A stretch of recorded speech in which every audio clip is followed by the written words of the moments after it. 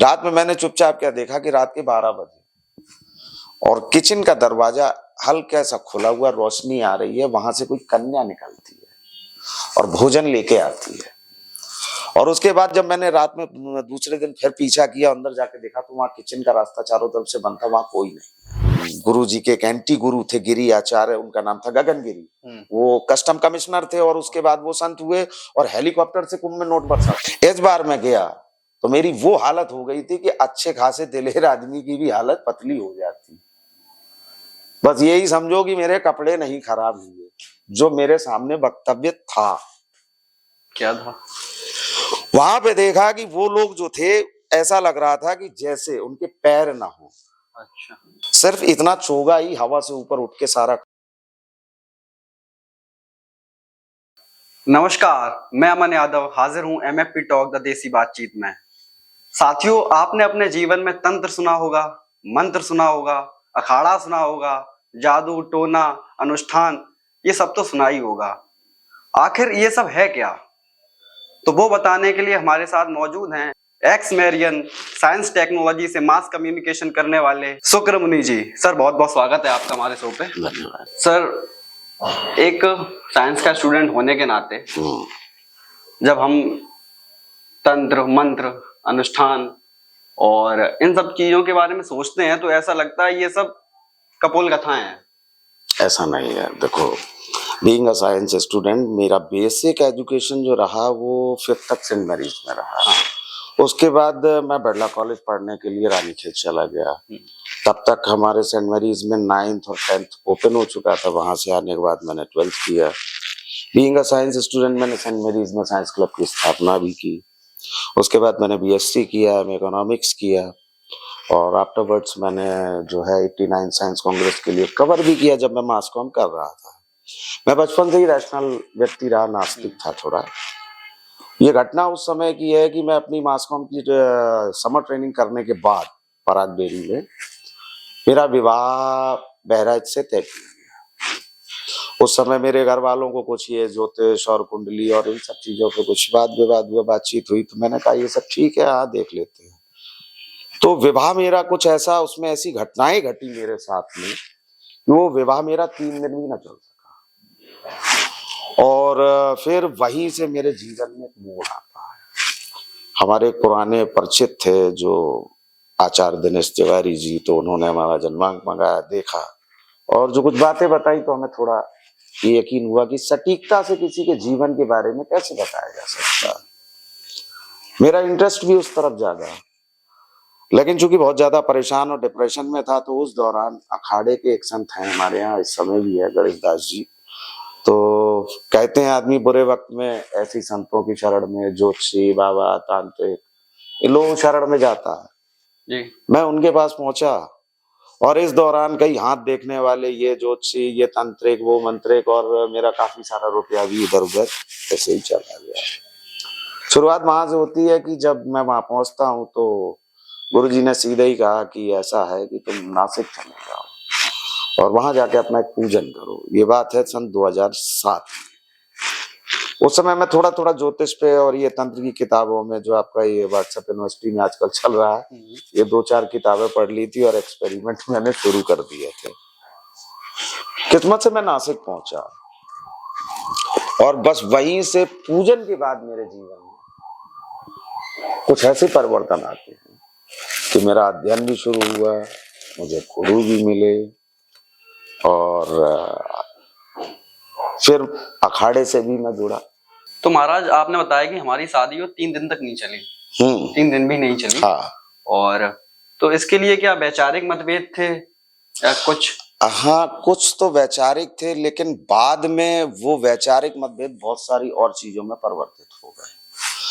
हुआ यूं कि जब वहां से विदाई हो रही थी उस लड़की की, तो चलते वक्त कुछ लोगों ने मुझे हमारी शादी में टिफिन दिए गए थे, सबको अच्छे गिफ्ट्स वगैरह दिए जाते हैं, तो एक टिफिन मुझे चलते वक्त दिया गया। तो वो घर में मैं नॉर्मली लेके आया, चूंकि मैं थोड़ा नास्तिक टाइप का था तो इन सब चीजों को नहीं मानता था। तो मेरे घर में एक बेचारी काम करने वाली थी, उन्होंने कहा आपने सबको साड़ी और ये सब कुछ दिया, हमको कुछ नहीं मिला। तो हमने कहा ये बुआ जी जो है, उनको बुआ जी कहते थे, हमने कहा ये टिफिन है आप ले लो। तो हुआ यूं कि जब उसको खोला तो नीचे औरतों में थोड़ा वो, यार ये क्या है, ये क्या है। तो मैंने कहा क्या बात हो गई? बोले इसमें देखो क्या क्या है। तो उसमें कुछ सिंदूर, नींबू और ये सब। मैंने ये देखा, मैंने कहा अरे ये सब बकवास है, लाओ। और मैंने उसको लिया और ऐसे उठा के उसको कचरे के ढेर में फेंक दिया। किस्मत से वो टिफिन वो अपने बेटे को देती है। 7 दिन बाद एक ऐसी घटना घटती है कि वो बच्चा जो है, उनका इकलौता बेटा, क्या होता है कि पक्के तालाब में डूबा हुआ मिलता है। दूसरी घटना उनकी बेटी के साथ होती है। तीसरी उनके साथ उनका एक्सीडेंट होना। और इस दौरान हम भी काफी परेशान, क्योंकि लड़की पक्ष जो है वो अलग दावे कर रहा था और मामला कुछ और था। तो तब भी मुझे इन सब चीजों पे कोई यकीन नहीं था। वास्तविकता में जब मैं 2007 में गणेश दास जी से मिला, काफी परेशान हो गया, मुझे कहीं वो नहीं, तो उनके जब मैं नासिक पहुंचा तो वास्तविकता में शुरुआत वहीं से होती है। और कुछ ऐसी घटनाएं हुई जब उन्होंने बताई कि एक संत हमसे इतनी दूर बैठा हुआ, तो वो मेरे जीवन के बारे में कैसे बता रहा सब। तो क्यूरोसिटी जागी वहीं से। और क्यूरोसिटी जागने के बाद फिर जब मेरा पूजन वूजन हुआ, तो उसके बाद मुझे ऐसा महसूस हुआ कि एक लंबे समय से जैसे मैंने निद्रा न ली हो, मैं जागता रहा हूं। और चूंकि उन गुरु के बारे में मैं तो नॉर्मली यही जानता था कि ये अखाड़े के महान थे। तो हमसे जब लोगों ने कहा कि नहीं उनको माँ भोजन कराती है, तो मैं कैसे मान लूं? माँ भगवती और किसी को कैसे क्या भोजन करा सकती? तो एक रात अखाड़े में मैंने चुपचाप, उस समय मुझे थोड़ा इसका बहुत शौक हुआ करता था, रात में मैंने चुपचाप क्या देखा कि रात के 12 बजे और किचन का दरवाजा हल्का सा खुला हुआ, रोशनी आ रही है, वहां से कोई कन्या निकलती है और भोजन लेके आती है। और उसके बाद जब मैंने रात में दूसरे दिन फिर पीछा किया, अंदर जाके देखा तो वहां किचन का रास्ता चारों तरफ से बंद था, वहां कोई नहीं है। उसके बाद गुरुजी ने कहा कि देखो जासूसी करना ये गलत बात है, ये तमाशेबाजी यहाँ मत करो। तो गुरुजी को पता लग गया था? हाँ, वो जान गए थे। हाँ। तो जब ये बात उनको पता लगी, वहां और लोगों ने मुझे और बहुत सारी बातें बताई। मेरे अंदर एक क्यूरियोसिटी जागी कि भाई हम भी करके देखते हैं, गुरुजी मेरे को भी सिखाओ। बोले तुम्हारा बच्चों का खेल नहीं, ये बच्चों का खेल नहीं। बोले बहुत ही विद्वान लोग हैं, उनके बस की बात होती है। तो मैंने कहा गुरुदेव मैं बहुत पढ़ा लिखा हूं, मैंने इतनी इतनी क्वालिफिकेशन ली है। बोले ये पढ़ाई काम नहीं आती है, हमारे यहाँ दूसरी पढ़ाई चलती है। कोई बात नहीं, शुरुआत होती है। हमने कहा कुछ गुरुजी बताइए। तो उन्होंने एक मंत्र दिया मुझको और बोले ऐसा है, शमशान में रोज रात में चक्कर लगाओ। शमशान? हाँ। और बोले मंत्र तुम्हारा जागते रहो। अरे तो हम अंदर से थोड़ा, हमने क्या यार गुरु बोल रहा है जागते रहो, ये भी कोई मंत्र है? हम दूसरे दिन आए, रात भर घूमते रहे, आराम से खा पी के टल्ली होके और वो पहुंचे। हमने कहा यार गुरुजी काय के लिए मेरे को मूर्ख बना रहे हो? बोले क्यों? बोले हर शब्द एक मंत्र है, हर कर्म एक तंत्र है, और हर वनस्पति एक औषधि है। 4 दिन हो गए, 5 दिन हो गए, मैं तुम्हें खिसी आ गया। मैंने कहा मैं छोड़ छाड़ के जा रहा हूं, तुम मेरे को मूर्ख बना रहे हो। बोले आज मंत्र सिद्ध हो जाएगा। अच्छा। हाँ। मैंने कहा आज मंत्र सिद्ध हो जाएगा? बोले हाँ जाओ। तो जो गुरु ने दंड पकड़ाया था उसको मैंने ऐसे कंधे पे रखा और लगा चिल्लाने जागते रहो। तो देखा क्या कि रात के 12 बजे वहां पे जो नाथ अखाड़े के संत और संत लोग आए, उनकी मुद्रा, उनका पूजन का विधान, उनके हवन कुंड बनाने का प्रमाण, तब मुझे महसूस हुआ गुरु का मतलब था कि जागो और देखो। यहां से मेरे जीवन में परिवर्तन शुरू होता और अध्ययन शुरू होता। फिर उसके साथ जैसे एक घटना मेरे जीवन की और थी, उसके 2 साल बाद की, कि लोगों ने बता दिया गुरुजी भूतों से खेती कराते हैं। हाँ ये बताइए सर, हमने काफी सुना है इसके बारे में, हाँ, लोग भूतों के साथ बीड़ी पीते हैं। हाँ, ये वास्तविकता में देखो आज पब्लिक के बीच में जो तांत्रिक बने घूम रहे, ये सब झूठ है, फ्रॉड है। अच्छा। ऐसे संत आपको जो गुरु शिष्य परंपरा के अखाड़ों में, जंगलों में रहते हैं, वही करके दिखा सकते हैं, क्योंकि वो पैरानॉर्मल एक्टिविटी में कई गुना ज्यादा है हमसे, क्योंकि वो प्रकृति के बीच में रहते हैं और उनका सिस्टम गुरु शिष्य परंपरा में है। तो हमसे जब लोगों ने कहा कि गुरु तो भूतों से खेती कराता, मैंने कहा आज देखूंगा जाके गुरु के साथ में भी। तो गुरु जी ने बोला अपना वो रख लिया, पूजन वूजन माँ भगवती का करना, माता काली का वो करके, तो मैंने कहा चलता हूँ आज मैं देखता हूँ भूतों से तुम क्या खेती कराते हो। भाई हम भी पहुंच गए। बोले जाओ उधर देखो ट्रैक्टर चल रहा है कि नहीं चल रहा है। तो मैं वहां जाके देखता क्या हूँ, गुरु जी ट्रैक्टर पर बैठे, ट्रैक्टर चल रहा है, जोत रहे। मैंने कहा क्या यार, गुरु ने मेरे को पहली पिला खिला दिया, अब मेरे को उल्लू बना रहा है। ये तो हेलुसिनेशन है, वो थोड़ा वहम सा लगा, मुझे लगा कि मैंने पाल लिया, लेकिन होने वाला अभी कुछ और है। पहुंचा उनके पास, बोले अच्छा उधर देखो जाके वो ट्यूबवेल पे पानी लग रहा है कि नहीं लग रहा। मैं फिर वहां पहुंचा, वहां देखा कि गुरु जी पानी लगा रहे हैं। मैंने कहा ये क्या हो रहा है यार, हमने लगता गुरु ने न जो वो दी है वाइन आइन इसमें कुछ है। मैंने कहा क्यों, आपको क्या मेरी कुछ उसमें वाइन में कुछ मिलाया क्या भोग में। वो नहीं नहीं नहीं नहीं वो ठीक है। बोले देखो उधर देखो जाके वो मेड़ बन रही कि नहीं बन रही है। तो अब की बार वो ये बोले बड़ा मक्कार आदमी हो तुम। हमने क्यों गुरु, बोले तुमने जाके गुरु के चरण भी नहीं छुए। इस बार मैं गया तो मेरी वो हालत हो गई थी कि अच्छे खासे दिलेर आदमी की भी हालत पतली हो जाती। बस यही समझो कि मेरे कपड़े नहीं खराब हुए, जो मेरे सामने वक्तव्य था। क्या था? वहां पे देखा कि वो लोग जो थे ऐसा लग रहा था कि जैसे उनके पैर ना हो। अच्छा। सिर्फ इतना चोगा ही हवा से ऊपर उठ के सारा काम कर रहा। एक शायद मेरा बहम भी हो सकता, मे भी पॉसिबल, लेकिन इसके बाद और भी ऐसे मेरे सामने जो तथ्य आए और गुरुओं के जो चमत्कार देखे, तो मेरे अंदर और क्यूरोसिटी जा। तब फिर हमें जो त्र्यंबक के लोगों ने बताया कि अगर तुम इनसे सीखना चाहते हो तो इनकी पिटाई भी तुमको सहनी होगी, इनके नियम भी तुम्हें करने होंगे, इनके कपड़े भी धोने होंगे, और ये जो कहें सो तुम्हें झेलना भी होगा। गुरु जी के एक एंटी गुरु थे गिरी आचार्य, उनका नाम था गगन गिरी। वो कस्टम कमिश्नर थे और उसके बाद वो संत हुए और हेलीकॉप्टर से कुंभ में नोट बरसाते थे। हाँ, तांत्रिकों की लड़ाई मैंने अपने आंखों से कुंभ में देखी है। लेकिन वो कहां से आते हैं गिने चुने अब हम लोग जानते भी हैं, लेकिन उन तक पहुंचना एक प्रकार से असंभव सा है, क्योंकि वो नहीं मिलना चाहते किसी से। वो बहुत अलग है, उनकी दुनिया अलग है। उन्हें योगाचार, उनके नियम, उनका सिस्टम बहुत कठिन, मतलब उनका जीवन एक कमांडो से भी ज्यादा टफ होता है। तंत्र वो चीज है कि ऐसे समझ लो कद्दू छुरी पे गिरे, ठीक, या छुरी कद्दू पे गिरे, कटना कद्दू को। तंत्र की वो धार है कि अगर आपसे चूक हुई तो आप इसमें अर्थ का अनर्थ कर बैठे। आगे के मामले में आप कुछ पूछना चाहे तो पूछ सकते हैं। आपने तमाम साधनाएं की हैं। हाँ, हमने एक साधना के बारे में सुना है, कर्ण पिशाच। हाँ, वो है क्या? क्योंकि अक्सर हम जो सुनते हैं उस पर हम बिलीव नहीं कर पाते कि वो सत्य है या झूठ है। एक्चुअली में ऐसा होता है कि एक प्रकार से तुम ऐसे समझ लो कि ऊर्जाओं को 3 जगह आप बांट सकते हो, नेगेटिव, पॉजिटिव और न्यूट्रल। हाँ। जिनको हम मंत्र विद्या में ये कहते हैं ऋणी, धनी और सम।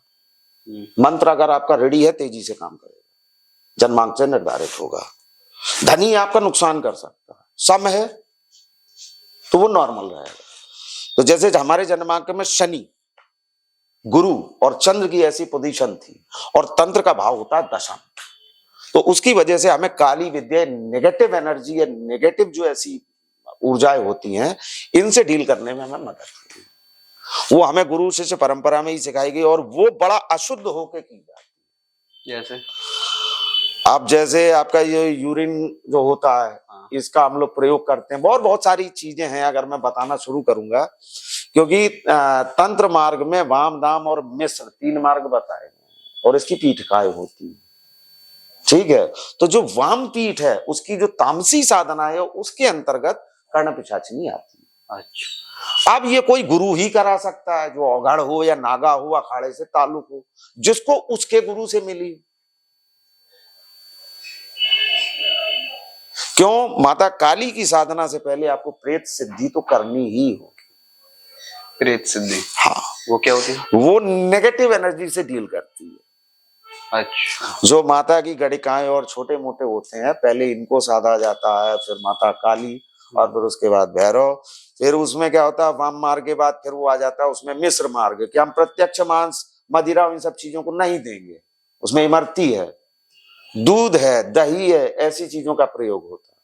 और फिर लास्ट में वो जो परमहंस जो 22 अक्षर का मंत्र होता वो बिल्कुल सात्विक होता। इसी प्रकार से क्या है कि जो कर्ण पिशाचिनी कहेगी वो अशुद्ध होकर की जाती है पीपल के पेड़ के नीचे शमशान में। एक समय के पश्चात अगर गुरु आपका सही नहीं है और गुरु सानिध्य आपको प्राप्त नहीं है तो आप नुकसान खा जाएंगे। हाँ, और उसकी खास बात क्या है कि आप सामने वाले के साथ आगे क्या होना ये नहीं बताती है वो, एक भ्रम है, वो ये नहीं बताएगी, वो आपका पास्ट बता देगी कि पास्ट में आपके साथ साथ क्या हुआ। जैसे मैं पूछने जाऊं तो हाँ, मेरा पास्ट बता देगी। हाँ, वो पास्ट बता देगी वो। तो ये ऐसी जो साधनाएं होती हैं प्रायः जब हम लोग अपने आगे चरम पे बढ़ते हैं तो ये क्या करते हैं दूसरों को सौंप देते हैं और हम लोग अच्छी साधनाओं की ओर बढ़ जाते हैं। जैसे बच्चे की अवस्था नहीं होती, गर्भ से निकला तो लैट्रिन में घूम रहा हो खा रहा, तो वो ये एक वैसे ही सिस्टम। लेकिन जो लोग इनको लिए हुए घूमते रहते हैं और कहीं बीच में उनके साथ कोई घटना घट गई या उनकी आकस्मिक मौत वगैरह हो गई तो ये भी फिर उसी योनि में चले जाते हैं। हाँ। इसी प्रकार से जो नाथ संप्रदाय की साधिकाएं हैं या जो और हैं, जैसे एक शब्द आता है डायन, ठीक, अब डायन शब्द क्या है? हाँ। डायन वो साधिका बनती है कि जो साधना के दौरान अपने पूजा पाठ अनुष्ठान में गड़बड़ियां कर दे, तो उसका मोक्ष नहीं होता। अच्छा। लेकिन उसकी शक्तियां चूंकि वो अप्रत्यक्ष रूप से ऊर्जा रूप में वो किस पेड़ पर जाके बैठती, आम पे। ऐसे पिशाचिनी है, ऐसे प्रेतनी है। पिशाचिनी कौन होती? जो गलत स्त्रियां काम करती या वो करती उनका मर्डर हो जाए तो प्रायः वो इमली है या कटीले पेड़ है, ऐसी ऊर्जाएं ऐसी जगहों पे रहती है। तो इन ऊर्जाओं को ही अपने शरीर में समाहित किया जाता है और फिर आपका इनवॉयलेंटरी ब्रेन वो एक्टिव होता है, वो हेलुसिनेशन के थ्रू, टेलीपैथ के थ्रू, मतलब तुम समझ गए। ऑन साइंटिफिक बेसिस वो इंसान के मस्तिष्क को पढ़ने का एक तरीका है जो साइंस के द्वारा आज पॉसिबल भी है। जैसे अभी आपने कहा डायन, हाँ, हम सुनते हैं चांडाल, हाँ, तो ये क्या आपस में रिलेट है ना? हाँ, बिल्कुल सब रिलेट है एक दूसरे से। जैसे चांडाल है, चांडाल का अर्थ बहुत बड़ा है। अच्छा। चांडाल यानी कि साक्षात शिव, औघड़, ई की मात्रा हटा दो अगर तो वो शव हो जाए। हमारे गुरु हमको शमशान क्यों भेजा करते थे हम शुरू में नहीं समझ पाए। वो ये कहते थे कि देखो समझो, यहां पे आया वो, अभी उसको दाह कर्म कर दिया, कुछ देर के लिए रसम रोए गए, फिर चले गए, फिर एक आया, फिर चला गया।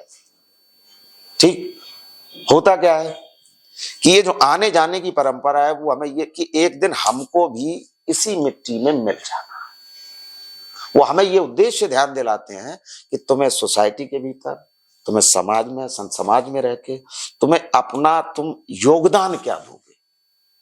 शमशान का अर्थ ये है। और चांडाल का पद इसलिए क्यों बड़ा है? क्योंकि वो सबसे शांत प्रिय जगह है, वो जीवन का सत्य है, मूलभूत आधार है, क्योंकि अंत में सबको वहीं जाना है। अभी आपने जिक्र किया शमशान का, आखिर शमशान है क्या? और हमने ये भी सुना है कि शमशान में जब कोई शव हम दान करते हैं तो उसकी रूह है जो रहती है वहां पे। देखो ऐसा है, इसके मामले में तो मैं पूरी बात बताता हूँ। मंत्र जो सिद्ध किया जाता है तंत्र की दुनिया में, 4 पीठिकाएं बोली गई मंत्रों को सिद्ध करने की, ठीक? शमशान, शव, अरण्यक और श्याम। अब शमशान पीठ क्या है? नदी का किनारा हो, प्राचीन समय से ही वहां पे वो कर्म होते हुए चले आ रहे हैं।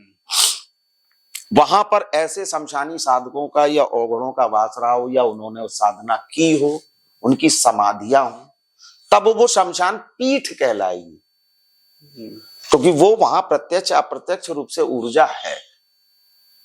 ठीक। अब इसी शमशान में आगे हम डेवलप होके आते हैं शवपीठ। बहुत से ऐसे साधक होते हैं कि वो शवों पे बैठ के उतने दिन एक अपने नियम या अपना भोजन प्रत्याहार उस सिस्टम के साथ जो है वो अपना वो पूरा काम करते हैं। और पर काया सिद्धि या उस पर काया से या वो वैसे काम लेना, ये सब पैशाचिक क्रियाएं कही गई। और उसके बाद आप आ जाइए अरण्य। जंगल जहां योगाचार का नियम चलता है, फल फूल पत्ती इसको ही खा के आपको जीवन जीना, प्रकृति के बीच में रहना है। सात्विक देवता की सात्विक मंत्रों के द्वारा साधना करनी है, जैसे योगी लोग होते हैं, पीठों पे आप चले जाइए। और उसके बाद आ जाइए आप अरण्यक के बाद श्याम पीठ। श्याम पीठ का वो होती है कि उसमें साधक क्या करता है कि उसमें स्त्री का प्रयोग होता है, लेकिन स्त्री के साथ आपको कुछ भी गलत नहीं करना है। प्रथम बात तो ये, वो उसमें जो बड़े हम लोगों के साधक होते हैं वो सब बैठते हैं, नागा सन्यासी बैठते हैं। आप में अगर कोई भी गड़बड़ी हो गई तो वो कुंभ में ही आपको समाधि दे दी जाएगी तुरंत। सामने आपके योगिनी बैठी हुई है, यानी जोगन बैठी हुई है, आपको अपना किंचित मात्र मन में काम वासनात्मक भाव नहीं लाना है, मां मान के आपको मंत्र साधने में तत्पर होना है। वो श्याम पीठ का, जिसके आज भी तुम्हें साधक मिल जाएंगे, प्राय जैन मुनि लोग होते हैं। बुद्धिज्म में वो लोग भूतांग लिखते हैं, हमारे यहाँ औघड़ लिखते हैं, ठीक है, वो कठिन है।